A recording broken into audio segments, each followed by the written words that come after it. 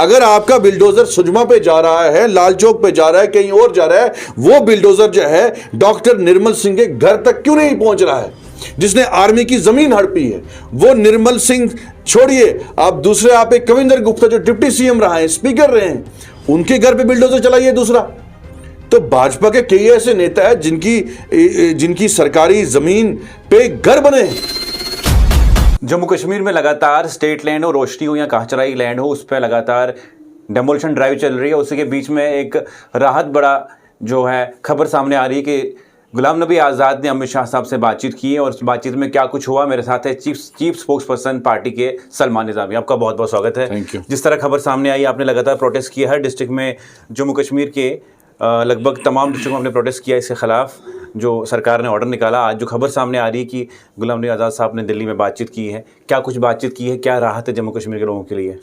देखिए मसूद साहब, जैसे ही ये ऑर्डर लैंड इविक्शन का आया, उसके बाद जो है गुलाम नबी आज़ाद साहब वाहिद जम्मू कश्मीर के लीडर थे जिन्होंने स्टेटमेंट इसके खिलाफ दिया। उसके बाद जो है हमें उनका ही आदेश आया कि आपने जो है प्रोटेस्ट करने पूरे स्टेट में, और हम बारिश हो, बर्फ़ हो, हम हर कोने में पहुँचे। कश्मीर से जम्मू, पीर पंचाल, हमने हर डिस्ट्रिक्ट में बड़ा पीसफुल प्रोटेस्ट किया और वहाँ के डिस्ट्रिक्ट एडमिनिस्ट्रेशन से मुलाकात की, डीसी से, और मेमोरेंडम सबमिट किया। तो हमारा पहले दिन से ये मानना था कि जो लैंड ग्रैबर्स हैं, जिन्होंने कब्जा किया है 50 कनाल ज़मीन पे, 100 कनाल, 1000 कनाल, उनके खिलाफ आप कार्रवाई करिए। जैसे हाल ही में श्रीनगर में एक फैमिली के 40 कनाल आपने जो है वो रिकवर कर दिए। हम उनकी सपोर्ट में नहीं है। हम चाहते थे कि जो गरीब तबका है, जो महाराजा हरि सिंह के वक्त में जो अलॉटमेंट्स उनको दी, क्योंकि उस वक्त एक ऑर्डर आया कि जो ज़मीनें आबाद नहीं थी उनको आबाद करिए, तो उस वक्त जो है कुछ जायज़ रकम उन्होंने सरकारी ख़जाने में अदा की और उनको अलॉटमेंट मिली। तो उसमें उनने अपना अनाज उगाया, कुछ ने घर बनाए छोटे से, कुछ ने दुकानें बनाई। तो ये हर सरकार में ऐसी अमेंडमेंट्स आई और उसके बाद जो है रोशनी स्कीम आई। आज़ाद साहब ने उसी गरीब तबके को फ़ायदा पहुंचाने के लिए रोशनी एक्ट लाया। तो उसके तहत जो है जम्मू कश्मीर के वो लोग जिनके पास घर नहीं था, जिनके पास कोई सोर्स ऑफ इनकम नहीं था, उन्होंने जो है मिनिमम जो है कीमतें जो हैं वो पैसा जमा किया, तो उनको वो अलॉटमेंट्स हुई। तो आज आज़ाद साहब ने जो होम मिनिस्टर साहब से बात की है और उन्होंने यकीन दिलाया है कि हम उसी तबके को नहीं छेड़ेंगे जो 10 मरले पे है, 15 मरले, 20 मरले पे। तो हम नहीं कहते कि उसे बियॉन्ड जो है, क्योंकि एक घर जो है 10 मरले या 1 कनाल में ही होता है, एक दुकान भी उस पर बनती है। तो हमने कहा कि उन लोगों का, क्योंकि कई वीडियोस जो है न्यूज़ इनसाइडर पे ही चले, बहुत से लोग जो है रो रहे थे कि किस तरीके से हम अपना गुजारा करें, यही सोर्स ऑफ इनकम था हमारा। मासूम बच्चे हमारे साथ प्रोटेस्ट में शामिल हुए, कल बटोत में आपने देखा, हमें आंसू आ गए उनको देख के। कुछ हमारी बहनों ने ये कहा कि हमने अपने गहने बेच के ये घर बनाए हैं। तो इसलिए हमने सरकार को यही गुजारिश की, हम पीसफुली प्रोटेस्ट कर रहे हैं लेकिन हम पीछे भी नहीं हटे। अभी हमारे प्रोटेस्ट कंटिन्यू रहेंगे, दबाव सरकार पे बना रहेगा। आज़ाद साहब से मेरी बात भी हुई और उन्होंने ये भी कहा कि हमारे प्रोटेस्ट कंटिन्यू रहेंगे जब तक हमें इन राइटिंग सरकार लिख के ना दे कि हम उस तबके को नहीं छेड़ेंगे जो होली एंड सोली जो है इसी जमीन पर डिपेंडेंट है। जो आज जो हमारे पीर पंचाल के 2 जो शख्स हैं वो इसका शिकार हुए और उनकी मौत हो गई हार्ट अटैक से। तो इसलिए ये पैनिक जो क्रिएट किया वो गलत था। इसलिए हमने प्रोटेस्ट किए और आगे भी करेंगे प्रोटेस्ट जब तक एक रिटर्न सरकार आएगा। हमें सलमान जी, मैं जानना चाहूँगा, आपने कहा कि जो 5 से 15 मरला ज़मीन लोगों के पास है, यही वीडियोस वायरल हो रही है, जो ड्राइव चल रही है, वो जो गरीब है उनके मकानों पे, उनके ज़मीनों पे, उनकी दुकानों पे ड्राइव चल रही है, लोग रो रहे हैं। हालांकि भाजपा से मैंने बातचीत की, उन्होंने कहा कि जो गरीब है उनको छेड़ेंगे नहीं, जो लोग लैंड जिनने माफिया है, लैंड माफिया है, बहुत ज़मीनें हड़प की, उनको हम छोड़ेंगे नहीं। लेकिन असल में जो हो रहा है वो ये हो रहा है कि जो गरीब हैं उनके घर तोड़े जा रहे हैं। ऐसा क्यों हो रहा है? देखिए, वो इस सब पे क्यों नहीं कुछ हो रही है कार्रवाई? अगर एलजी इस तरह के बयान देते हैं कि इनको नहीं छेड़ा जाएगा जो गरीब हैं। इसीलिए हमने कहा कि हम प्रोटेस्ट अपने कंटिन्यू रखेंगे। और दूसरी जो बात यह है कि जो कमर्शियल प्रॉपर्टीज लोगों ने बनाई है, देखिए वहां जो बड़े बड़े जो माफिया लोग हैं जो इस वक्त जो है मीडिया में भी काफ़ी इंटरव्यूज़ दे रहे हैं, लेकिन हम उनकी सपोर्ट में नहीं हैं। हमने सरकार से यही गुजारिश की कि जो माफिया है उसके खिलाफ आप कार्रवाई करिए, वो कोई भी हो, जम्मू में हो, कश्मीर में हो। लेकिन हिंदुस्तान में कई ऐसी कॉलोनीज इलीगल थी। गुजरात जो प्राइम मिनिस्टर नरेंद्र मोदी जी की होम स्टेट है, मैं खुद गुजरात में काफ़ी देर रहा हूँ, इलेक्शन कैंपेनिंग में मैं था, और वहाँ 70% जो बिल्डिंग्स बनी हैं वो इलीगल थी, तो उनको रेगुलाइज किया गया।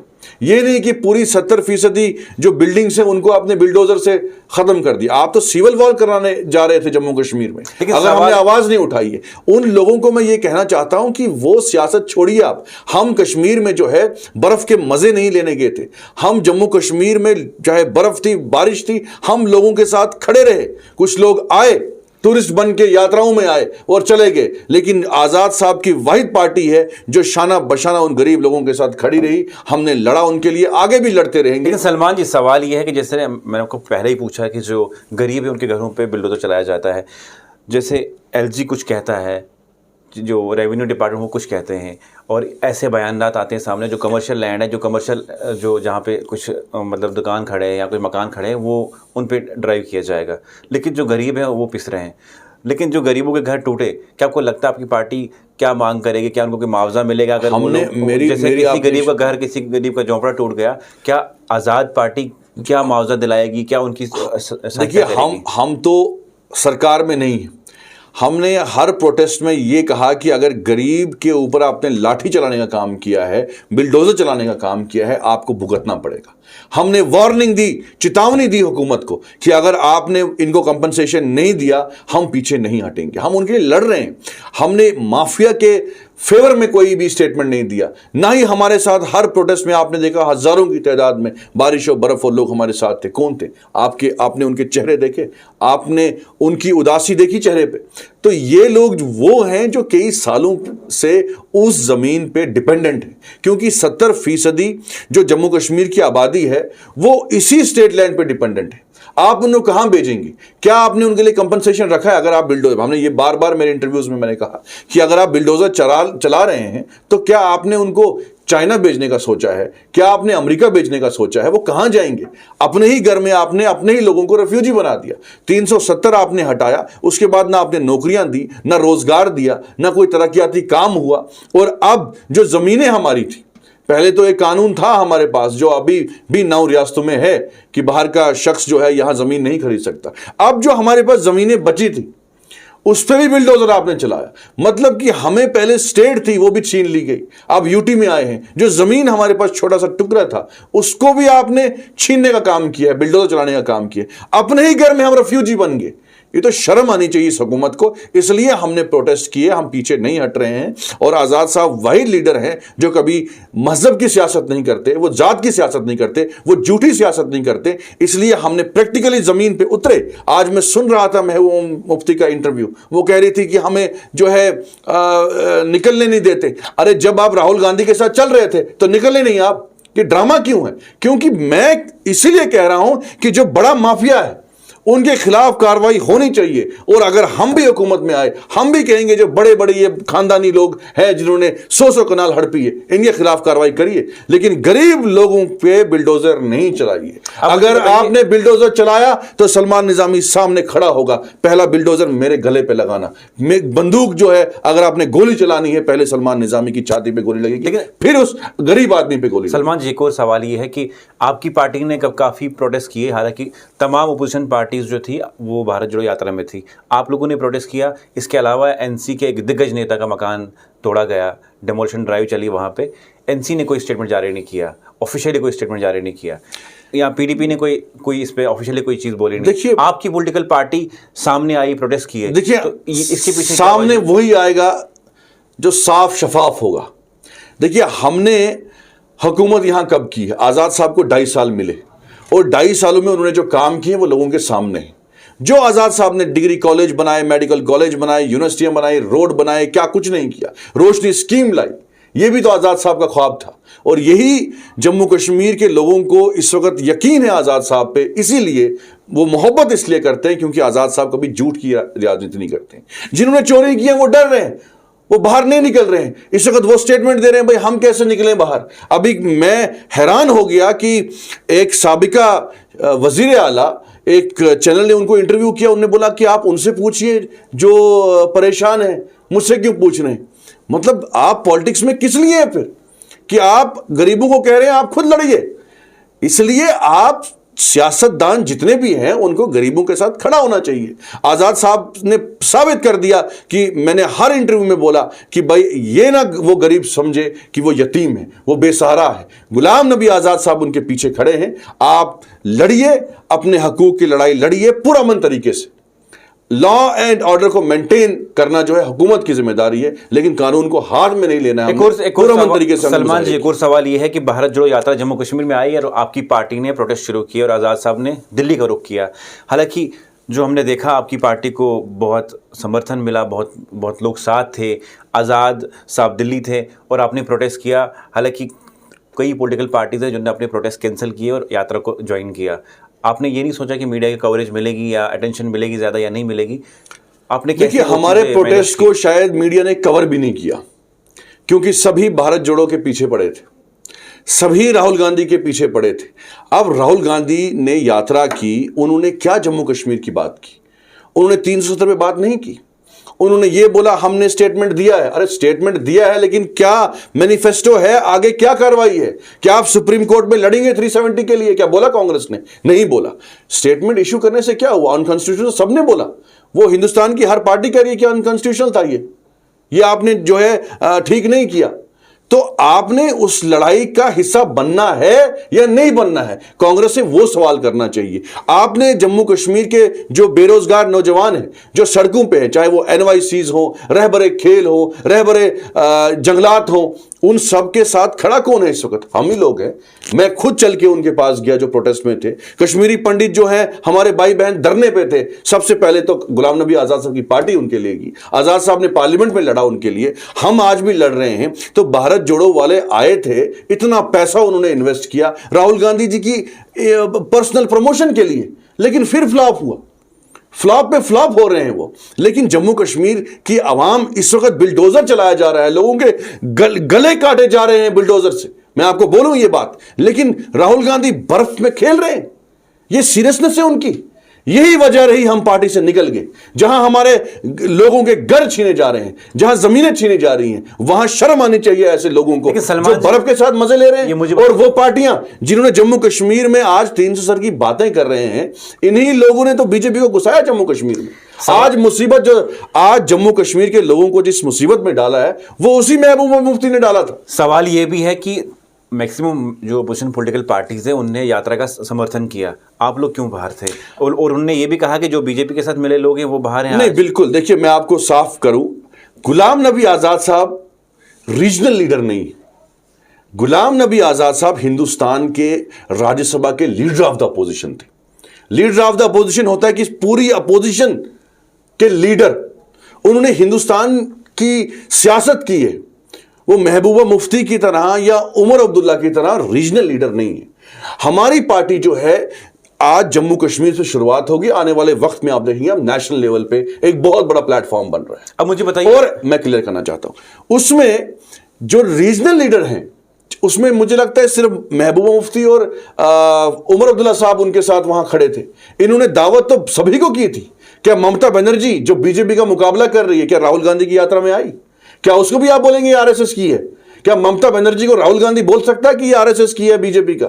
जो हिंदू मुसलमान बंगाल में करवाया बीजेपी ने, फिर भी वहां ममता बनर्जी ने जीता। क्या अखिलेश यादव को बोल सकते हैं कि ये बीजेपी का साथ मिला हुआ है? अखिलेश यादव ने बोला मैं राहुल गांधी के साथ नहीं जाऊंगा, क्योंकि राहुल गांधी एक फेल्ड पॉलिटिशियन है। इनकी स्ट्रेटजी जो है बिल्कुल काबिले, मतलब बिल्कुल जीरो स्ट्रेटजी है कांग्रेस की। क्योंकि अगर यूपी में डैमेज किसी ने किया अखिलेश यादव को, वो कांग्रेस थी। क्या सीपीआई इनके साथ है? इतनी बड़ी विपक्षी पार्टी है। केरला में जो है सीएम ने स्टेटमेंट दिया, बोला आप यूपी में जाइए ना यात्रा करने के लिए, आप केरला कहां आ रहे हैं मेरे पास? तो जितनी भी देश की बड़ी बड़ी पार्टियां जो बड़े बड़े लीडर हैं, अरविंद केजरीवाल उसमें है, ममता बनर्जी हैं, केसीआर हैं, रेड्डी हैं और मायावती हैं और नीतीश कुमार हैं, लालू जी की पार्टी है, कोई राहुल गांधी की यात्रा में शामिल नहीं हुआ। क्यों? क्योंकि राहुल गांधी की स्ट्रेटजी नहीं है। राहुल गांधी क्या मौका देते बीजेपी को कश्मीर में? आप झंडा लहरा रहे हैं, 2 दिन पहले कह रहे हैं कि आरएसएस का एजेंडा है, फिर उसी लाल चौक में जाते हैं झंडा। आज बहुत अच्छा आर्टिकल आया है, एक मीडिया ने छापा है कि राहुल गांधी ने जो झंडा लहराया, लेकिन रात को लाल चौक में जितने भी दुकानदार थे उनको कहा गया कि कल दुकान नहीं खोलना। कोई आपको दिखा लोकल आदमी वहां, कार्यकर्ता कुछ थे, तो आपने लोगों का दिल नहीं जीता। जो एजेंडा बीजेपी का था वही आपने एजेंडा जो है चलाया कश्मीर में। एक और अहम सवाल है इसी को लेकर, जो मीटिंग आपके आजाद साहब ने की अमित शाह साहब के साथ, क्या आने वाले टाइम में अगर आपकी सरकार आती, जो बठंडी सुंजवा में आजकल प्रोटेस्ट चल रहे पिछले 3 दिन से, क्या आप इन कॉलोनीज को रेगुलाइज करेंगे? देखिए, कॉलोनीज सिर्फ बठंडी और सुजमा नहीं है, कॉलोनीज कश्मीर में भी हैं। इस तरह के बड़ी colonies बड़ी जहाँ पे- बड़ी बड़ी तादाद में ऐसी स्टेट लैंड पे कॉलोनीज बनी हैं। देखिए, पहले जम्मू कश्मीर सभी स्टेट लैंड था, अभी भी 70% जो 70 लाख लोग हैं। मैं बार बार ये क्यों कह रहा हूं, हर इंटरव्यू में, हर जगह प्रोटेस्ट में कह रहा हूं कि आप 100-200 लैंड ग्रैबर्स को 70 लाख जो आम लोग हैं, उसमें गरीब लोग भी आते हैं, उनके साथ कंपेयर मत करिए, क्योंकि 70% जो जम्मू कश्मीर की आबादी है उसी स्टेट लैंड पे डिपेंडेंट है। कुछ ने अलॉटमेंट करवाई है, कुछ ने खरीदी है, कुछ की मिल्कियत हो गई है, लेकिन जम्मू कश्मीर में आप जो पैनिक क्रिएट कर रहे हैं, आप सभी को लैंड ग्रैबर बना रहे हैं, वो एक ह्यूमिलेशन है, वो एक इंसल्ट है। वो आप जिस तरीके से हमारे हकूक छीन रहे हैं, अब आपने हमारी इज्जत होनी चाहिए या नहीं होनी चाहिए कॉलेज जो बिल्कुल, मैं कह रहा हूं ना, मैं कह रहा हूं कि नानक नगर, आप जरा बाहर मत जाइए, नानक नगर, गांधीनगर, ये तो सभी एरिया जो इलीगल थे, स्टेट लैंड था। तो अगर आपका बिल्डोजर जो है सुंजमा की तरफ जा रहा है, पहले स्टार्टिंग में हाईवे पे वे मॉल है, उस पर भी बिल्डोजर लगाइए। अगर आपका बिल्डोजर सुजमा पे जा रहा है, लाल चौक पे जा रहा है, कहीं और जा रहा है, वो बिल्डोजर जो है डॉक्टर निर्मल सिंह के घर तक क्यों नहीं पहुंच रहा है, जिसने आर्मी की जमीन हड़पी है? वो निर्मल सिंह छोड़िए, आप दूसरे, आप एक कविंदर गुप्ता जो डिप्टी सीएम रहा है, स्पीकर रहे हैं, उनके घर पे बिल्डोजर चलाइए दूसरा। तो भाजपा के कई ऐसे नेता हैं जिनकी सरकारी जमीन पे घर बने हैं, उनके खिलाफ भी कार्रवाई करिए। इसलिए मैं कहता हूं कि हमारी पार्टी में थे पहले पीरजादा साहब, वो निकल के कांग्रेस में शामिल हो गए, उनके घर पे बिल्डोजर चला, हमने कहीं सपोर्ट नहीं की। हम कहते हैं जिसने गलत किया है, उस वक्त कोई भी रेवेन्यू का डिपार्टमेंट का मुलाजिम हो, चाहे डिप्टी कमिश्नर हो, पटवारी हो, अलॉटमेंट कैसे हुई उनकी, उसके खिलाफ भी कार्रवाई करिए। लेकिन आप इसको बदनाम मत करिए कि रोशनी स्कैम है। रोशनी स्कैम नहीं था, ये सिर्फ आज सरकार क्यों मजबूर हो गई बोलने पे, नहीं हम उन लोगों को नहीं छोड़ेंगे। तो हम सही साबित हुए ना, हमने पहले दिन से कहा था कि आप गलत कर रहे हैं। आज गवर्नर साहब ने भी स्टेटमेंट दिया, आज अमित शाह भी बोल रहे हैं कि नहीं हम उनको नहीं छोड़ेंगे। दैट मीन्स कि वो लोग जो है लैंड ग्रैबर्स नहीं है, उनका हक है इस जमीन पे, ये जम्मू कश्मीर उनका है, किसी के बाप का नहीं। चलिए, बहुत बहुत शुक्रिया। मेरे साथ थे आज़ाद पार्टी के चीफ स्पोक्स पर्सन सलमान निज़ामी। क्या कुछ कहा, अमित शाह से मीटिंग हुई इनके रहबर की जो गुलाम नबी आज़ाद साहब हैं, क्या कुछ उन्होंने एश्योरेंस दी, लेकिन क्या कुछ हो रहा है जम्मू कश्मीर में आजकल, जिस तरह सरकार कहती है कि जो गरीब हैं उनको नहीं छेड़ा जाएगा, लेकिन तस्वीरें जो है, वीडियो जो है, वो दिल तोड़ने वाली वीडियोज़ हैं। जिस तरह कश्मीर में ड्राइव चल रही है, जम्मू में ड्राइव चल रही है, आज़ाद पार्टी ने ये स्टैंड लिया है कि हम इस ड्राइव के खिलाफ हैं और सारी कॉलोनी जितनी बनी हुई स्टेट लैंड पे जो गरीब लोग रहते हैं उनको रेगुलाइज करना चाहिए, और तब तक इनकी जंग जारी रहेगी जब तक सरकार इनका कहना नहीं मानती। आपकी क्या कुछ राय है, क्या सुझाव है, ज़रूर दीजिएगा।